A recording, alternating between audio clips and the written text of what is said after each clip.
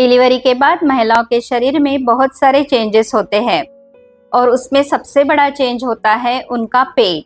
Delivery के बाद भी महिलाओं का पेट थोड़ा सा बाहर ही निकल आता है और सभी महिलाओं को वो पेट पहले जैसा नॉर्मल होने की इच्छा होती है। तो डिलीवरी के बाद पेट क्यों बढ़ता है और उसको नॉर्मल हम कैसे कर सकते हैं, इस बारे में हम आज के वीडियो में जान लेते हैं।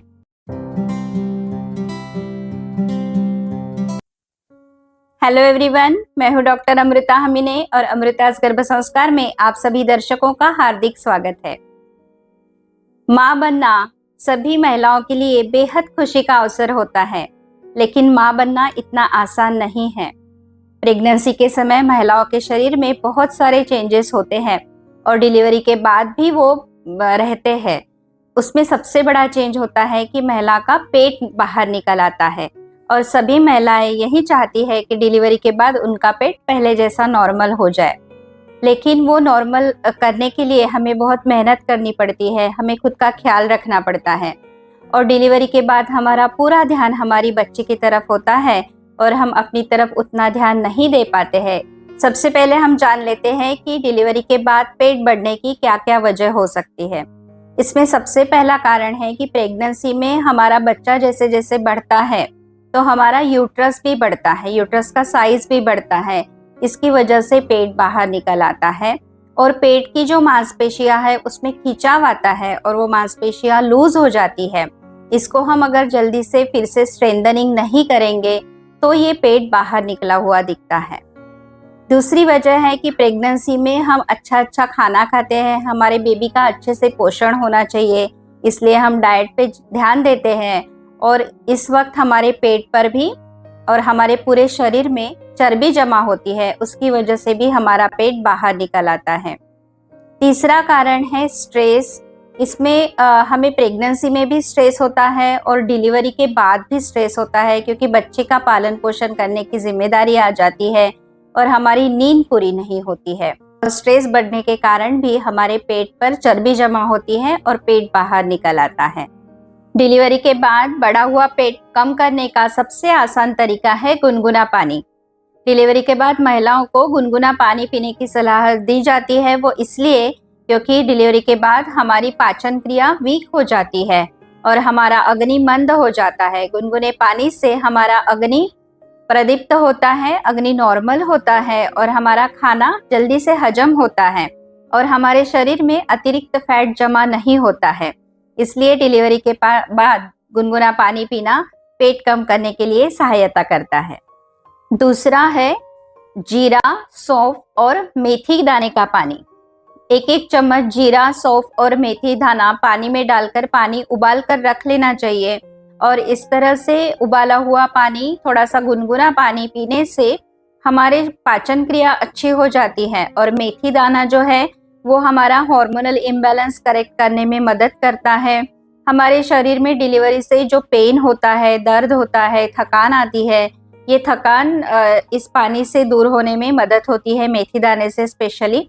और मेथी दाने से हमारी पाचन क्रिया भी नॉर्मल हो जाती है। मेथी दाने से हमारा इंसुलिन रेजिस्टेंस कम होता है और इंसुलिन रेजिस्टेंस कम होने से हमारे शरीर में फैट नहीं जमा होता है और हमारा पेट नॉर्मल होने में सहायता होती है। तीसरा महत्वपूर्ण इलाज है अभ्यंग या मसाज करना। डिलीवरी के बाद पूरे शरीर को मसाज करना बहुत अच्छा होता है। इससे डिलीवरी की पूरी थकान निकल जाती है और हमारे शरीर में ब्लड सर्कुलेशन बढ़ता है और अतिरिक्त जमा हुआ जो फैट है वो कम होने में मदद होती है। जिनकी नॉर्मल डिलीवरी हुई है ऐसी महिलाएं पेट को भी मसाज कर सकती है। जिनका ऑपरेशन से बच्चा हुआ है यानी सीजर हुआ है, ऐसी महिलाओं ने पेट की मसाज नहीं करना है। पेट पर हल्के हाथ से मसाज करने से अतिरिक्त जमा हुआ फैट कम होता है और पेट की मांसपेशियों को ताकत भी मिलती है और हमारा पेट पूर्ववत आने में सहायता होती है। डिलीवरी के बाद वजन कम करने के लिए और एक महत्वपूर्ण बात सहायता करती है, वो है स्तनपान करना या ब्रेस्ट फीडिंग करना। ब्रेस्ट फीडिंग में अतिरिक्त कैलोरी बर्न होती है, 400 to 500 कैलोरीज एक्स्ट्रा बर्न होती है और हमारे शरीर में जमा हुआ फैट कम होने में मदद होती है। इसलिए सभी महिलाओं ने ब्रेस्ट फीडिंग करना बहुत ज़रूरी होता है। ये उनके सेहत के लिए बहुत फायदेमंद होता है। उनके एक्स्ट्रा फैट जो शरीर में जमा हुआ है प्रेगनेंसी में वो कम होने में सहायता होती है और उनको आगे जाकर हाइपरटेंशन, डायबिटीज इस तरह की बीमारियां भी नहीं होती है। चौथी महत्वपूर्ण बात होती है बैलेंस डाइट लेना।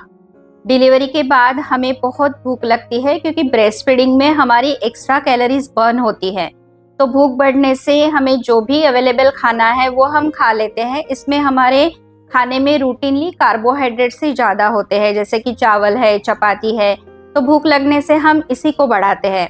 लेकिन हमें अच्छा डाइट, बैलेंस डाइट लेना ज़रूरी है, तो हमें प्रोटीन बढ़ाने की ज़रूरत होती है। प्रोटीन ज़्यादा लेने से और कार्बोहाइड्रेट्स कम लेने से आपका वजन नियंत्रित रहेगा, आपके शरीर में अतिरिक्त फैट नहीं जमा होगा और ये बढ़ा हुआ पेट कम होने में भी सहायता होगी। पांचवी महत्वपूर्ण बात है एक्सरसाइज करना या टहलना। अब डिलीवरी के तुरंत बाद आप एक्सरसाइज नहीं कर सकते हो, लेकिन 15 दिन के बाद या 10 दिन के बाद आप घर में घूम सकते हो, अपने बच्चे के छोटे छोटे काम भी आप कर सकते हो और नॉर्मल डिलीवरी होने के बाद 2 महीने के बाद आप एक्सरसाइज शुरू कर सकते हो और सिजेरियन होने के बाद भी 3 महीने के बाद आप एक्सरसाइज शुरू कर सकते हो।